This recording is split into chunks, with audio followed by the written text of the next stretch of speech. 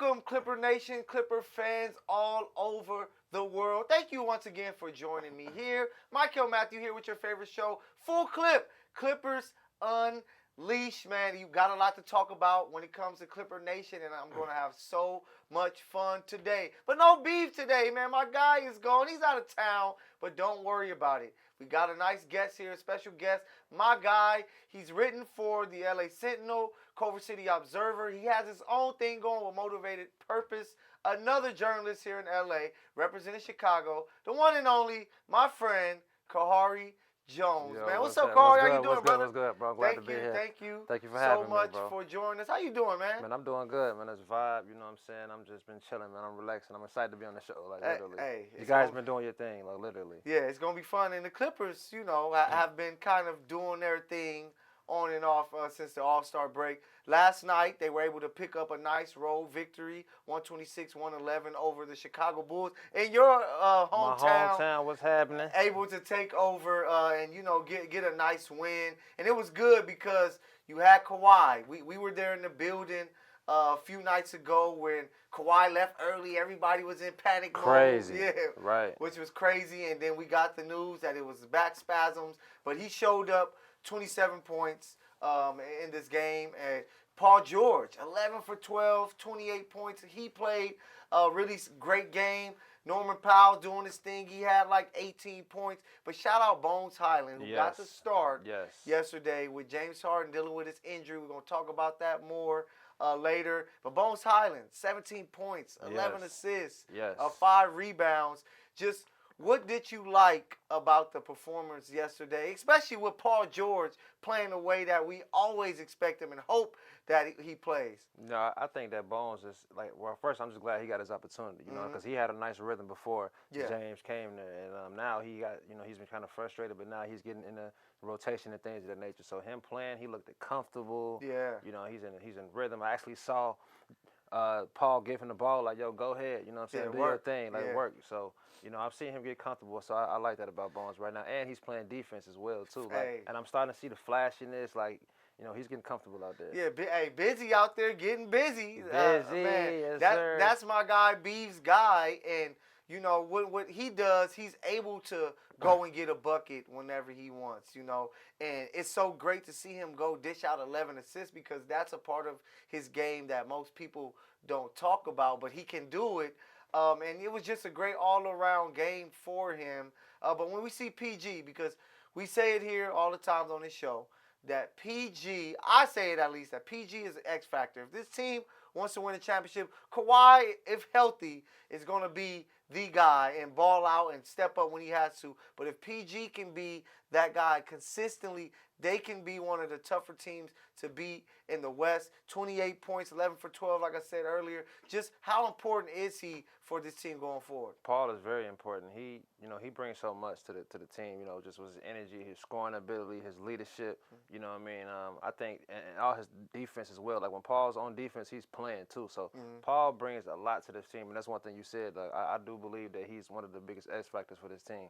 And he has to pick it up. He has to play good basketball. But shout out to Norman Powell. Like, I don't know if if it started already, but maybe we can start it here with Full Clip that, hey, Sixth man of the year should be Norman Powell. What's your thought on his performance? Well, I think it's good because, like I said, he just reached his, I think, 50th straight game where he had 10-plus points, more than any other player in the NBA. So that was great. But I think that he's doing well. Like, you know, he kind of surprised me. You know what I mean? I didn't know how he was going to fit in, but when I seen him, like, hitting all these shots, I'm like, yo, they are loaded with scores, literally. Yes. Now, at first half, I see him getting comfortable as well because the first half of the season, I seen him just catch and shoot. Now you see him going to the basket, doing ISO, doing things of that nature. Actually, I've seen him, he got hops too. No, yeah. Like literally. So Norman Powell is like, he's getting comfortable as well too. And just to have that other guy that can go get buckets at will, like I said, that man should be the sixth man of the year. But are they going to show him love, though? Because, like, are they, you know, he was supposed to be in the three-point shootout. I seen him advocate for that. So it's all about who's we marketable. advocating for him, Okay, we Khari. gonna advocate. Yeah, let's push it. We gonna push it for sure. Let's push it. We're gonna be on Twitter, Clipper Nation. We need you guys on Twitter. Let's start it. 6 Man of the Year. It has to be Norman Powell. It has to be Norman with Powell. the way that he's playing. But man, we gotta show love because everybody didn't know what was going on. Everybody was nervous with the Kawhi Leonard situation. We saw pictures and stuff that he was able to travel with the team. Not only did he travel, first game yesterday night, 27 points, balling. Just what's your thoughts on Kawhi Leonard and his performance and being healthy? Well, I'm thankful that Kawhi is like taking the initiative to actually play in these games. You know what I'm saying? I know that he knows he's not the best healthy, but he's hearing all the critics, he's hearing all the talks. So the fact that he's actually playing these games, that's a huge factor. But you know when you know what we can do when Kawhi is playing. Yeah. So a lot of people will say he's. They remind him of Kobe or Jordan and things like that. So I feel like he's getting in his zone and his rhythm. So I feel like he's fighting through a lot, but he's playing and he's showing up for the Clippers because he really wants to win. No, yeah, and that's what it's about. Definitely here. They would love to take a championship trophy, the first championship banner, to the new Intuit Dome. But yeah, he's very important. But this team is tricky, man, because they took care of business yesterday, but we were there versus Minnesota. Yes, Kawhi left. But you're up 20-plus points. They sucked. You're supposed to win that game, but then not only do you lose by 18. The fact that, because, and we talked about it, when Kawhi left, they took the whole energy was just gone. Because I noticed that they was on the court, and, Kawhi comes back at a certain time. Yeah. And I noticed James was kind of concerned, like, where is Kawhi? So I'm looking back at the bench. Yeah. You know what I mean? Then I don't know where Kawhi's gone, so nobody knows any information. And then you get the information like he's going to the hospital. You thinking like, man, this is our season. What's going on with Kawhi? Yeah. So I can kind of get him the benefit of the doubt, but at the same time, though, you don't lose by 18 because regardless who out there, I'm gonna play. Yeah. You know what I'm saying? The fans came out there to see y'all, they support y'all, and it was a pretty much a packed house. Yeah, packed house, and it was a big game because they were playing for the season series against the Timberwolves, who's ahead of them in the standings. But it's even Ty Lue. You could tell after the game he was like really frustrated because he's like, man, I don't know why my guys just don't come out and play harder. You would think even with losing Kawhi, we already know Russ isn't playing, that with a Norman Powell, with Bones, with PG, with James, Zubac, and all the talent they got, that you would still be able to compete. So that was very alarming to see them. They're the perfect Dr. Jekyll and Mr. Hyde type team. But I guess all LA sports teams are like that, but especially the Clippers, a team that when they look great, you're like, this team might be the best team and win the championship, and when they look bad, you like, this team might lose in the first round. Man, I'm telling you. It's crazy to see that, man. But happily, we're happy that they picked up this win. They got some more hoop to go. And, I'm very excited. But we're going to talk about, their bigs. How have you been liking their big play? No, I really have liked the chemistry between James and Zoo. You can tell, and Ty Lue kind of said it the other day, like, they work on that outside of that. And I feel like James makes every center he plays with best. But one thing that I see is that defensively, when they come against other guards, like Zoo had, like 15 to 20 the other day? Yeah. At the same time, though, other centers will have the same, he's giving that up as well. So we need you. So you need to be dominant on the. That's my concern, and the offensive rebounding. That's my concern as well. That's the only thing. And Shay, they got to figure it out, but they got the win last night, and we love that. But we got more for you because we have to talk about all of the injuries that are occurring to this team. It's why a lot of people are scared to pick them to make it out of the West, and we got more for you after the break.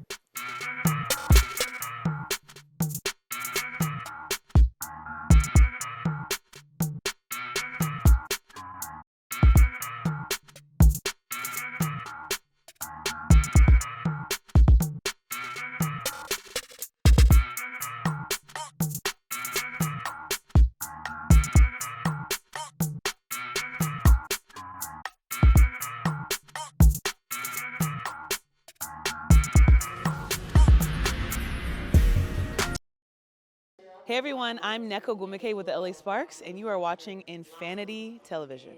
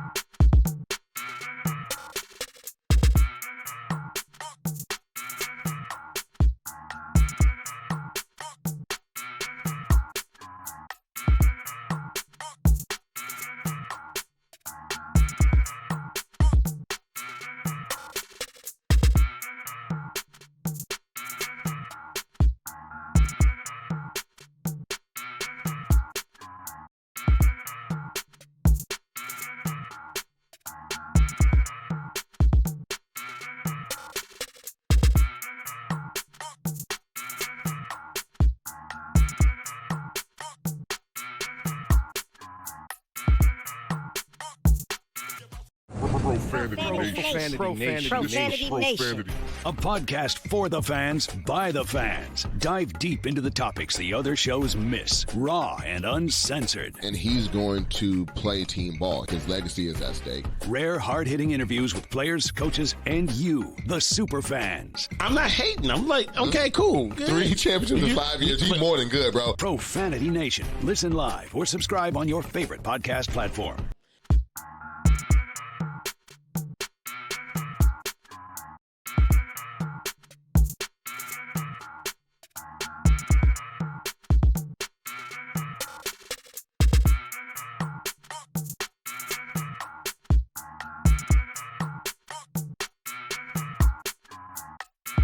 What's up, y'all? It's your girl, Mykell, and you're watching Infanity Television. Boom. Shout out Infanity Television. This is Juju Watkins. See y'all.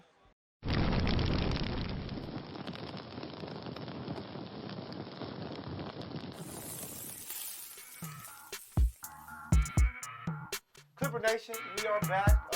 Full clip Clippers Unleashed here for you inside of the Infanity TV studios.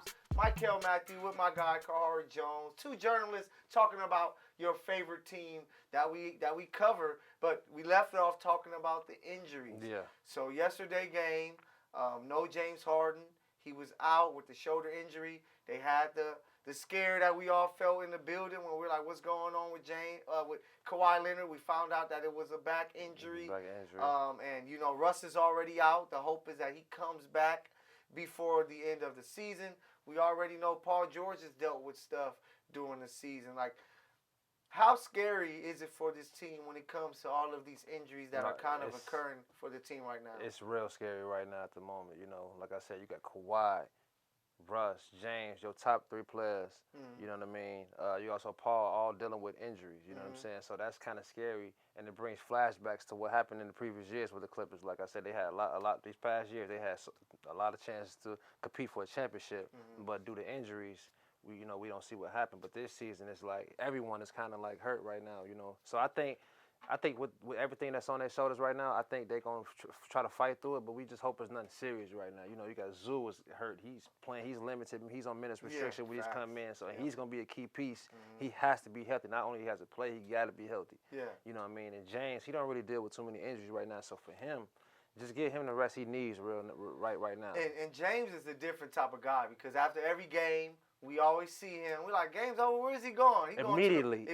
He's going to the weight room to put in some weight. So Coach Ty Lue said in the last presser when we were there, like, hey, we kind of told him that, hey, we need you to kind of tone it down, like tone it back, because now you're dealing with this injury and things like that. And, you know, just like every team in the NBA, you're one injury away to a very important person on your team for you not to be a winner. But for the Clipper fans, Clipper Nation, I know you guys are like, damn it, we're tired of it.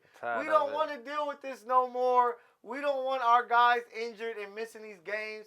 This may be one of the best chances that this team, the era of PG and Kawhi, has to win a championship. So being healthy is key. But what we talked about prior, you know, we're hopeful that Russ comes back and that he's ready to go. But save Bones Highland, who just went crazy yesterday, 17, 11, and 5 once again against the Bulls in a 126-111 win.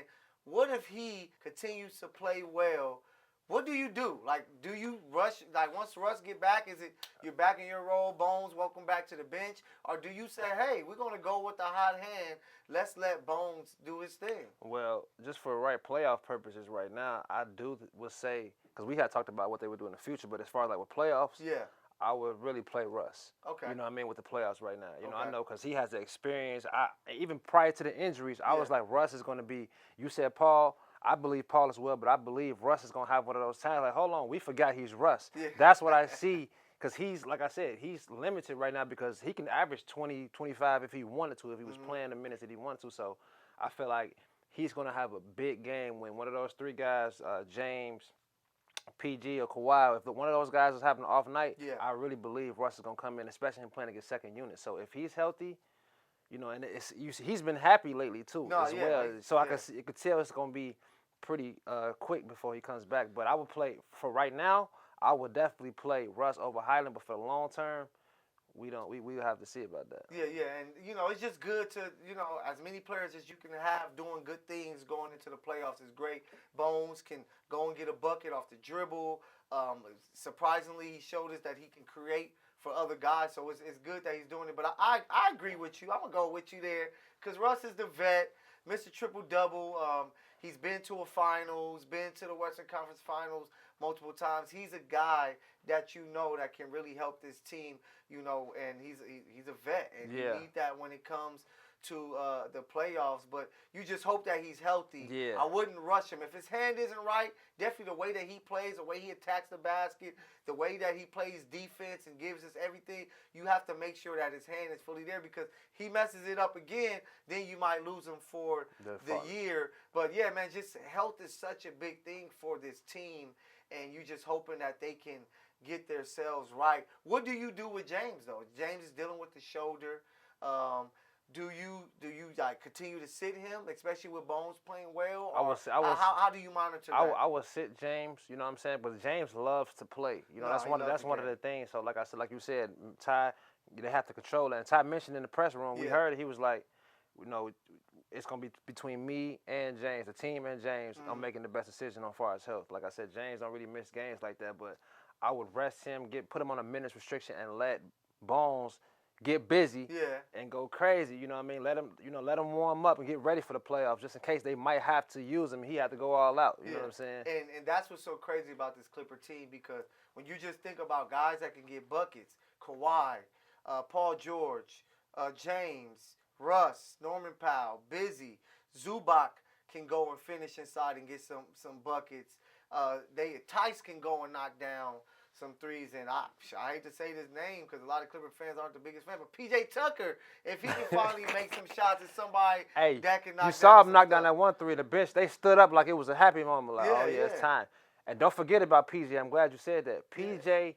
is known to stop top defenders, no matter any position. Top offensive guys. Stop offensive guys in any position. So can't forget about him on the defensive side as well. And that's why when you have a roster this deep, the aspirations are championships because it's like we not only have names, but we got guys with big-time game. We just need you guys healthy to take care of your bodies, do what you got to do. But it's a long 82-game season, and we know that, a lot of things happen. So fingers are crossed, Clipper Nation. Ty been doing a good job of kind of doing minutes restriction, but I can tell he's kind of like, damn, okay, what I'm about to do now? We got to win games so we can have good seeding. Yeah. So it's a lot on because he talked about it too. Like he knows the importance of getting home court advantage, and like hell, if we got a chance to go and get it, let's go after it and get it because you don't want to be having to play a Game 7 in Denver. Deal with that. You don't want to have to play a Game 7 in Minnesota, Oklahoma City, and things like that. So if you can get a Game 7 in LA, I know for them, Crypto.com isn't the greatest home court advantage, but they want to have a chance to get it. But it starts off with being healthy, guys being able to play. But we got to talk about something. We had some heated arguments in that press room. I wish you guys could have checked it out. We talked about who should be the first Clipper retired. And I want to see if you guys agree with this next name. We said Elton Brand last week. We got a new name for you, Mykell Khari. We'll be with you after the break.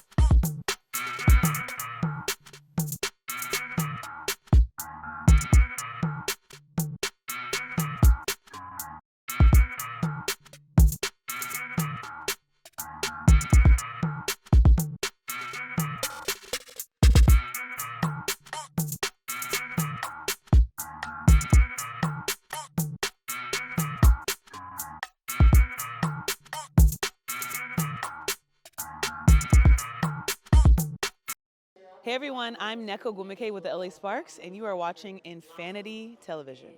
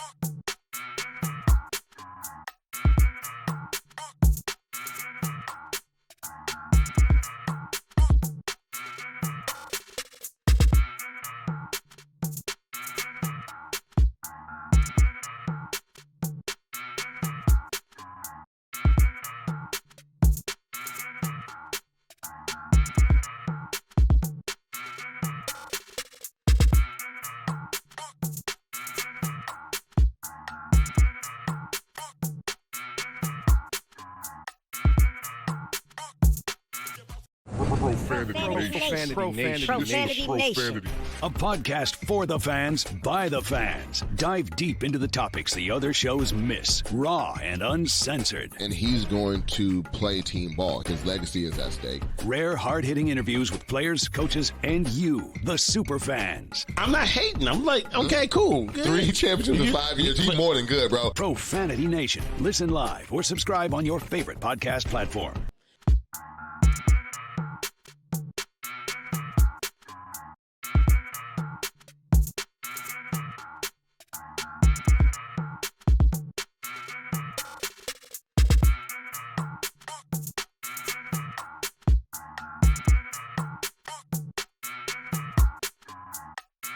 What's up, y'all? It's your girl, Mykell, and you're watching Infanity Television. Boom.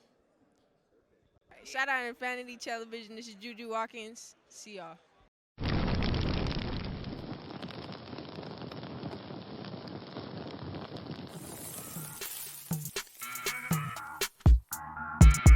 Clipper Nation, thank you so much for sticking with us. I know you're enjoying all of this here with Full Clips Clippers Unleashed. Of course, I am Mykell Matthew. And last week, me and my guy B, we had our talk. We were saying that Elton Brand should be the first Clipper jersey hung up in the rafters when it comes to the Intuit Dome. But me and Khari, we're here to tell you about another name. And like I said, we had a heated discussion with several other media members on the last home game here against Minnesota, where we were talking about this same exact topic because you heard Doc say, hey, man, I was trying to push for guys to get in the rafters. There's nobody there. So the name we're going to talk about today is Mr. Lob City himself. But we're going to start with the PG, CP3. Would you have any argument if CP3 is the first Clippers jersey retired and put in the rafters? Well, anybody who disagrees with that, you need to question their basketball credibility because CP3 is Lob City. He the one that brought life to the Clippers. You know what I mean? Who knows where they would have been if, you know, and he was part of Blake's development. Like Blake was doing things on his own and things of that nature, but like with Chris throwing it up there and then he started involving the guards and, you know, DJ and things of that nature. I feel like he turned the whole city up, you know what I mean? And who knows where Clippers would. We probably wouldn't even have the Clippers today, you know what I mean? Like as far as like this team we have because of the, you know, the brand he done built around, you know, the Clippers. So I think CP3 is definitely next in line. So what if I come to you, kind of like a Karen? I'll tell you, I don't believe in that because CP3 didn't play enough years with the Clippers. Because when I think of CP3's career, I don't think Clippers first. I think Hornets first, where it all started, where he was able to get them to, you know, the number 2 overall seed, where he was able to nearly win an MVP award and things like that. What would you say to those people who are like, I don't see him as a Clipper. How could he be the first guy put up there? I'm just saying, I just got to think, well, just what do you do? Because I know they're going to try to say Blake. Well, I'm like, look what he's done for Blake's career. You know what I mean? I know they had their little beef at the end, but what he's done for the Clippers and what he's done for that city, you know, it's undeniable. Literally. I would tell him, like, look, let's pull it up. I would tell him, like, let's pull it up right now. Like, what you want to do? You know what I'm saying? But, you know, people be cynical anyway, so they'd be like, well, I don't care. I don't care about that. But you know what I'm saying? But that's what I'll pull up the stats in front of their face. And CP3, he's one of my favorite players. And then he started attracting people. He brought Bledsoe over there. Like I think Davis came over there. Baron Davis came over there at one point. Like he built a culture around the Clippers. He was one of those already a perennial all-star name. A guy that a lot of people were like, this guy's gonna end up a top 5 point guard of all time. And he was supposed to be a Laker. It didn't go that way, and he ended up being a Clipper. He kind of rejuvenated that Clipper fan base because last week we talked about brand and they were able to create some proud Clipper fans. But then you get CP3, he shoots them into another level, and I couldn't disagree or agree with that. I'm right in the middle because they almost won championships, right? They were in championship conversations for a few years. Yeah. So without CP3, that would have been a drought all the way into now, and who knows if it would have been in a situation right now, because, like, they took over the city. They took over the city. Yeah, it would have been the Clippers probably would have been a ghost town again, you know what I mean? Because without, you know, who knows if Kawhi and PG would have came here. Like, because you already know, okay, we have Doc Rivers still Yep. and things of that nature. You know what I'm saying? Even when they were gone, you had that one wave when they didn't really have anyone. They had Pat Bev and Trez and those guys. So. And yeah, he helped kind of create that, and that's why their brand is able to be where it is now and moving forward, because it started with that Lob City team. And you know, if CP3 is a guy, he's one of the Banana Boat Bros. He's one of the better point guards to ever play this game, and if he's gonna be a Hall of Famer, because that's what some of the argument was when we were there, was that hey, Chris Paul is going to the Hall of Fame. So you supposed to put Hall of Famers that were, known for playing for your team, or that was some of their better years. You put them in the rafters to where Elton Brand, he may not be a Hall of Famer, or probably won't be a Hall of Famer. So how could you put him up there? Or Blake, even because of the injuries and how his career ended, may not be a Hall of Famer. So how could you put him up first? But it's arguments both ways. I understand. No, it's definitely arguments. What people say. But Clipper Nation, that's why we have comments and things like that, because you guys can let us know who should be the first Clipper who has their jersey retired in the rafters. Should it be Brand? Should it be Chris Paul? Should it be Blake, DeAndre Jordan, Kawhi, PG, if they're able to bring a championship anytime soon? So it's real crazy, but I can't wait to see what you guys think, and I can't wait till they finally decide to do it, because it's about damn time. Yeah, and what Steve Ballmer is doing, with the whole Clippers organization, he's gonna make sure, okay, bet we're gonna make sure we're gonna get someone. See, he's expanding to San Diego. Yeah. People gotta watch the moves that Steve Ballmer is making with his Clippers organization. Shout out to the San Diego Clippers. That's where the G League team has moved from Ontario to San Diego. I love it. That used to be the home base for the team. It's a great look. Shout out to Ballmer. He's doing his thing. So we got to talk a little more basketball before we get up out of here, because the Clippers are back at it tonight. They play at 5 o'clock against the Pelicans.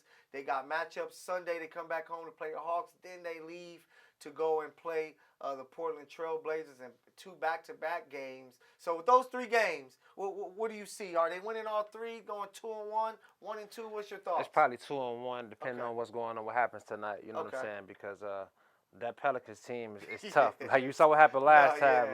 So that was one of those teams that they might not want to see in the playoffs. But other than that, they're gonna beat up the Hawks.